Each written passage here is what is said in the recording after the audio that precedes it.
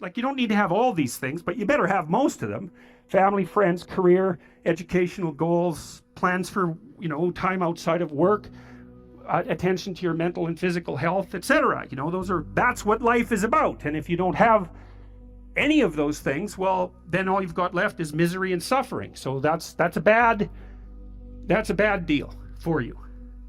So once you set up that goal structure, let's say, and that's really in many ways that's what you should be doing at university. That's exactly what you should be doing, is trying to figure out who it is that you're trying to be, right? And you aim at that, and then you use everything you learned as a means of building that person that you want to be. And I really mean want to be. I don't mean should be. Even those things are going to overlap. And it's important to distinguish between those, because that's partly, and this is back down to the micro routine analysis. So if I was saying, well, you're going to try to make yourself more industrious. Okay, number one, specify your damn goals, because how are you going to hit something if you don't know what it is? That isn't going to happen.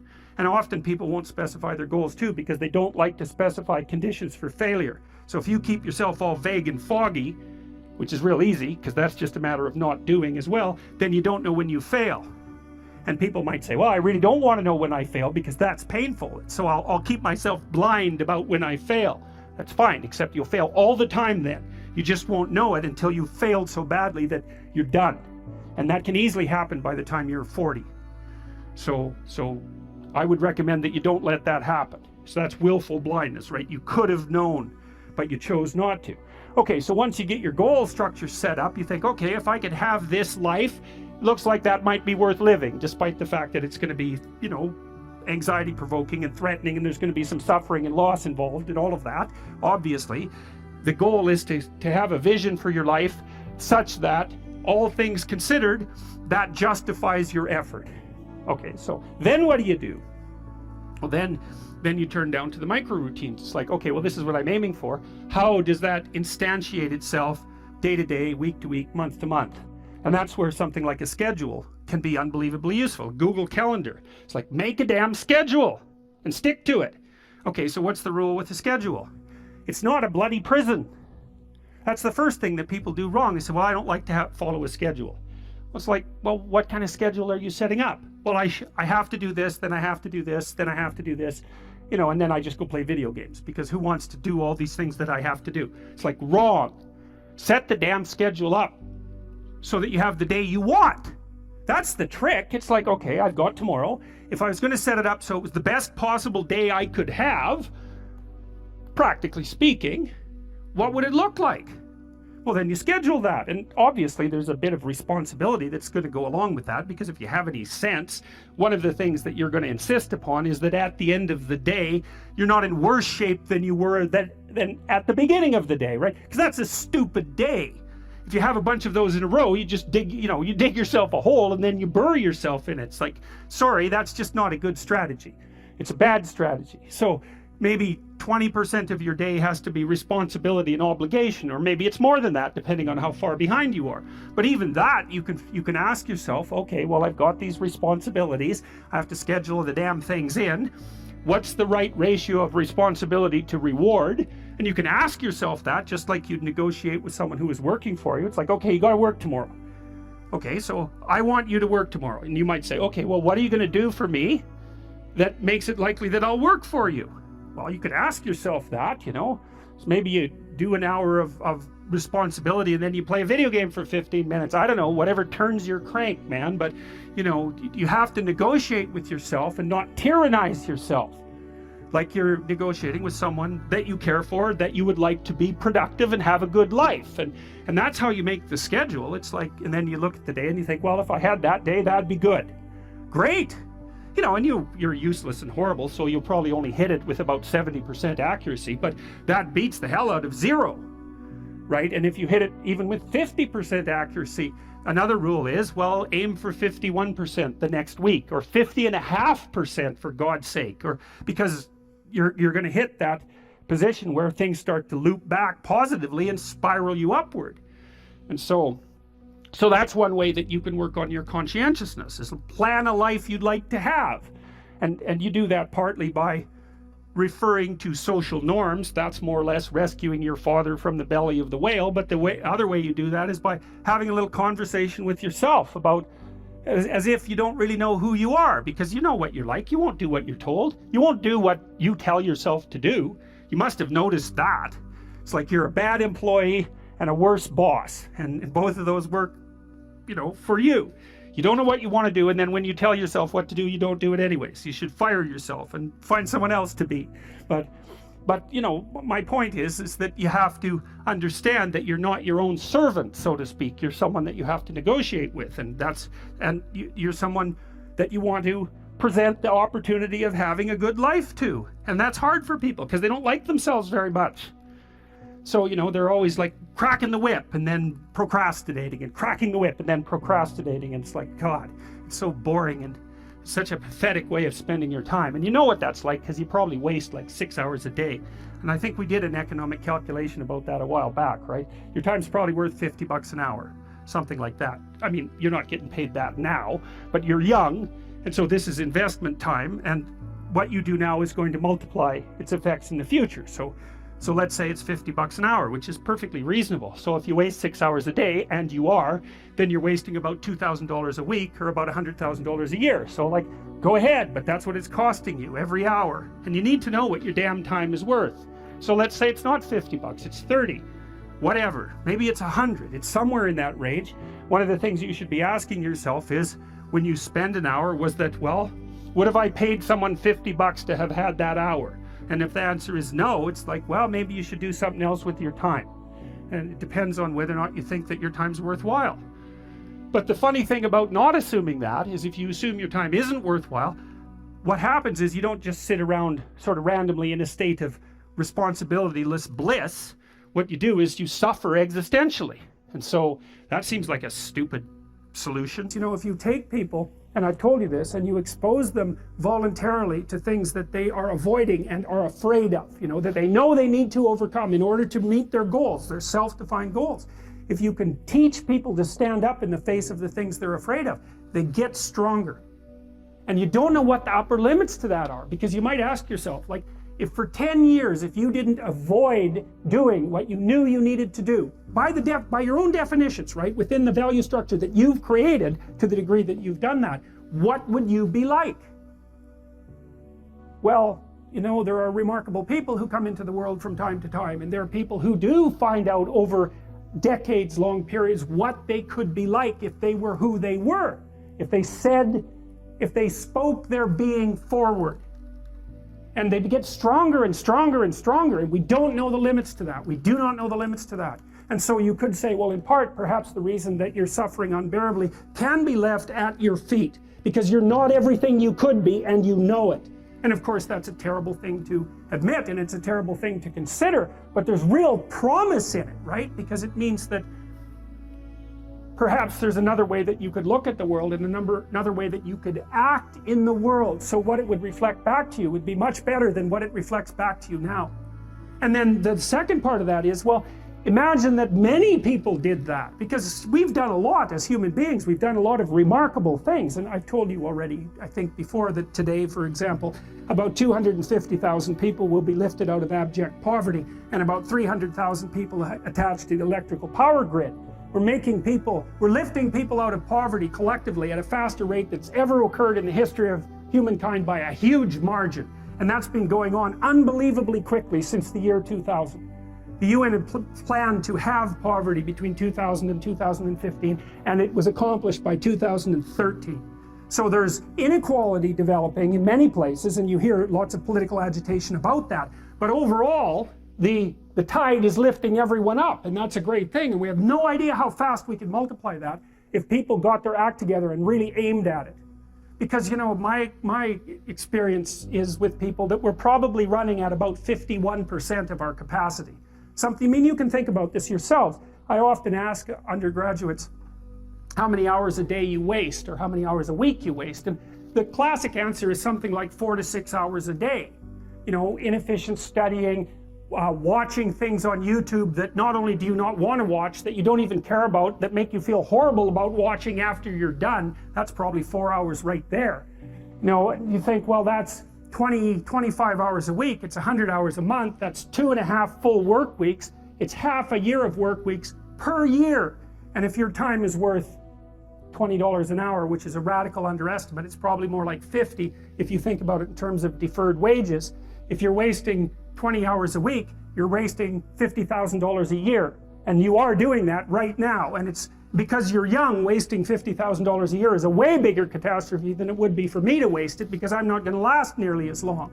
And so if your life isn't everything it could be, you could ask yourself, well, what would happen if you just stopped wasting the opportunities that are in front of you? You'd be, who knows how much more efficient? 10 times more efficient, 20 times more efficient. That's the Pareto distribution. You have no idea how efficient people get. It's off the charts. Well, and if we all got our act together collectively and stopped making things worse, because that's another thing people do all the time, not only do they not do what they should to make things better, they actively attempt to make things worse because they're spiteful or resentful or arrogant or deceitful or homicidal or genocidal, or all of those things all bundled together in an absolutely pathological package.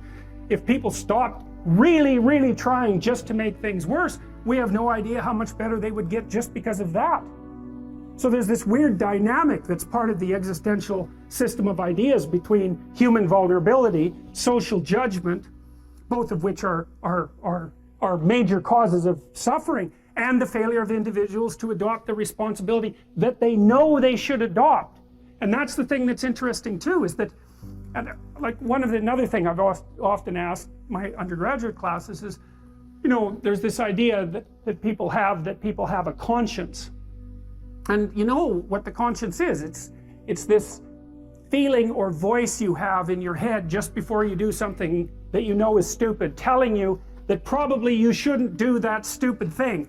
You don't have to listen to it, strangely enough, but you go ahead and do it anyways, and then of course exactly what the conscience told you was going to happen inevitably happens, so that you feel even stupider about it than you would if it happened by accident, because you know, I knew this was going to happen, I got a warning it was going to happen, and I went and did it anyways. And the funny thing too is that conscience operates within people, and we really don't understand what the hell that is. So you might say, well, what would happen if you abided by your conscience for 5 years or for 10 years? What sort of position might you be in? What sort of family might you have? What sort of relationship might you be able to forge? And you can be bloody sure that a relationship that's forged on the basis of who you actually are is going to be a lot stronger and more welcome than one that's forged on the basis of who you aren't. Now, of course, that means that the person you're with has to deal with the full force of you in all your ability and your catastrophe, and that's a very, very difficult thing to negotiate. But if you do negotiate it, well, at least you have something, you have somewhere solid to stand, and you have somewhere to live, you have a real life. And it's a great basis upon which to bring children into the world, for example, because you can have an actual relationship with them instead of torturing them half to death, which is what happens in a tremendously large minority of cases. Well, it's more than that too, because, and this is what I'll close with, and this is why I wanted to introduce Solzhenitsyn's writings to you. You see, because it isn't merely that your fate depends on whether or not you get your act together and to what degree you decide that you're going to live out your own genuine being. It isn't only your fate, it's the fate of everyone that you're networked with. And so, you know, you think, well, there's 7 billion people in the world. We're going to peak at about 9 billion, by the way, and then it'll decline rapidly. But 7 billion people in the world, and who are you? You're just one little dust mote among that 7 billion. And so it really doesn't matter what you do or don't do, but that's simply not the case. It's the wrong model, because you're at the center of a network. You're a node in a network. Of course, that's even more true now that we have social media. You'll know 1,000 people, at least, over the course of your life. And they'll know 1,000 people each, and that puts you one person away from 1 million, and 2 persons away from 1 billion. And so that's how you're connected. And the things you do, they're like dropping a stone in a pond. The ripples move outward, and they affect things in ways that you can't fully comprehend. And it means that the things that you do and that you don't do are far more important than you think. And so if you act that way, of course, the terror of realizing that is that it actually starts to matter what you do. And you might say, well, that's better than living a meaningless existence. It's better for it to matter. But I mean, if you really asked yourself, would you be so sure if you had the choice? I can live with no responsibility whatsoever. The price I pay is that nothing matters. Or I can reverse it and everything matters. But I have to take the responsibility that's associated with that. It's not so obvious to me that people would take the meaningful path. Now when you say, well, nihilists suffer dreadfully because there's no meaning in their life and they still suffer. Yeah, but the advantage is they have no responsibility. So that's the payoff, and I actually think that's the motivation. Say, well, I can't help being nihilistic. All my belief systems have collapsed. It's like, yeah, maybe. Maybe you've just allowed them to collapse because it's a hell of a lot easier than acting them out.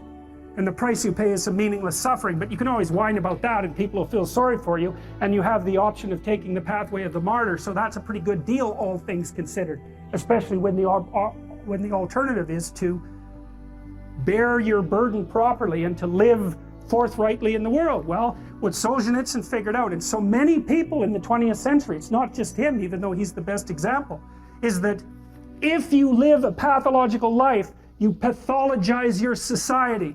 And if enough people do that, then it's hell. Really. Really. And you can read the Gulag Archipelago if you have the fortitude to do that, and you'll see exactly what hell is like. And then you can decide if that's a place you'd like to visit, or even more importantly, if it's a place you'd like to visit and take all your family and friends.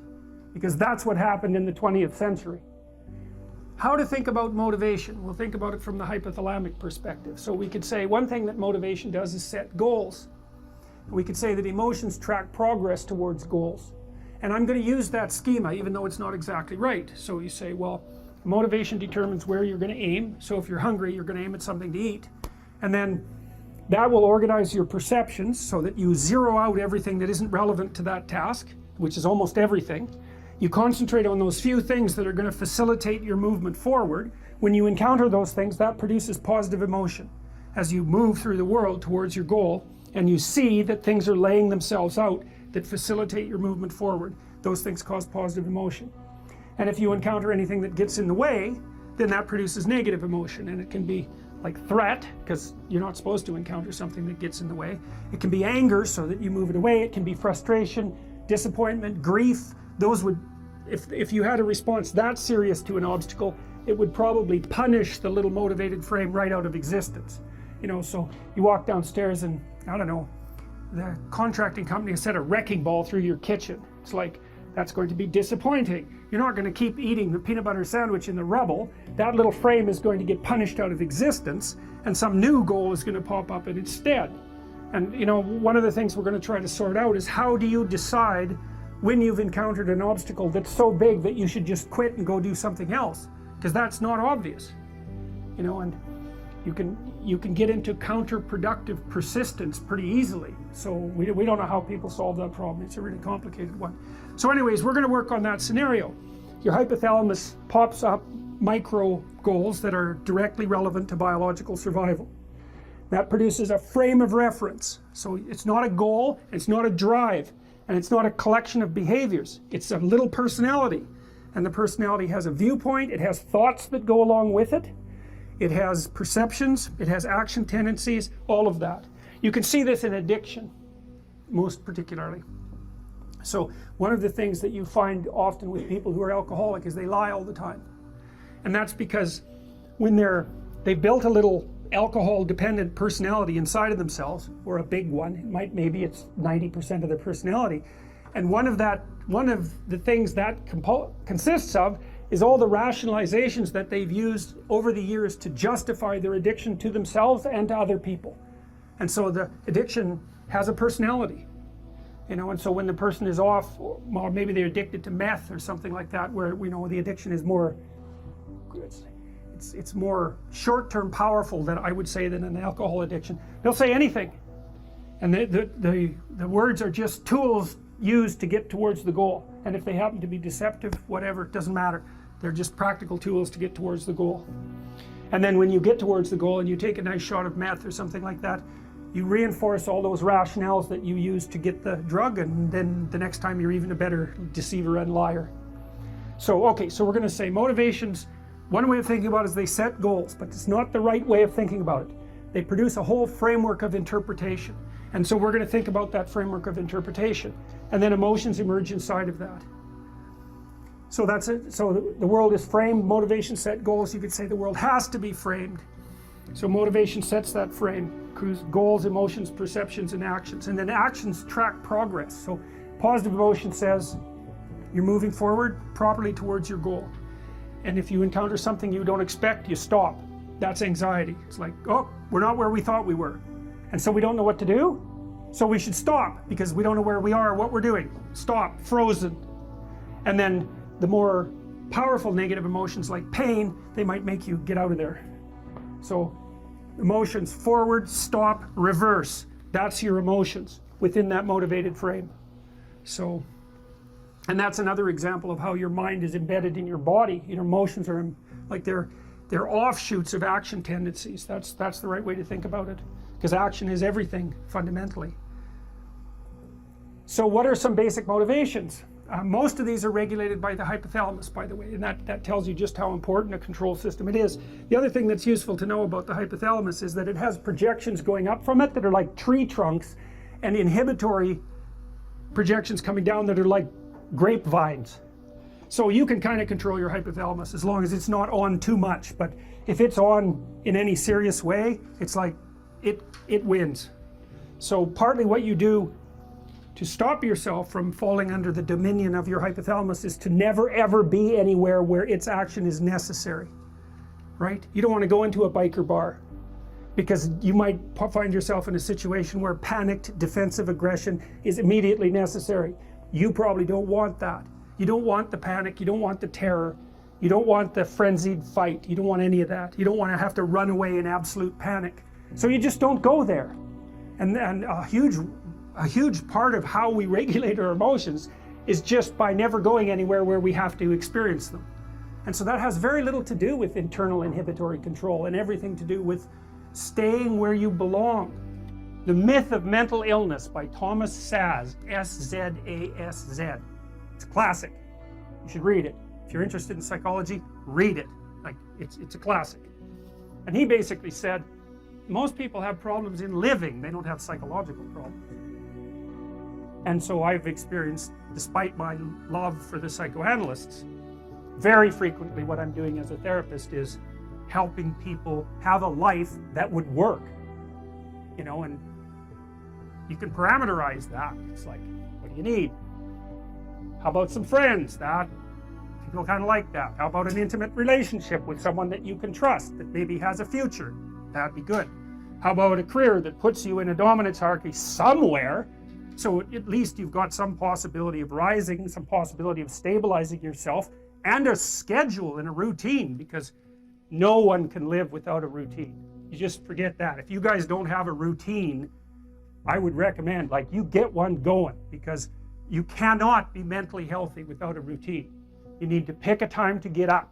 Whatever time you want, but pick one and stick to it, because otherwise you dysregulate your circadian rhythms and they regulate your mood. And eat something in the morning. I've had lots of clients who've had anxiety disorders. I had one client who was literally starving. Very smart girl. There was very little that she liked. She kind of tried to subsist on like half a cup of rice a day. She came to me and said, I have no energy. I come home, all I want to do is watch the same movie over and over. What, like, is that weird? And I thought, well, it depends on how hard you work. You know, it's a little weird, but whatever. It's familiar, and you're looking for comfort. So I did an analysis of her diet. It's like 3/4 of a cup of rice. It's like, you're starving. Eat something. You know,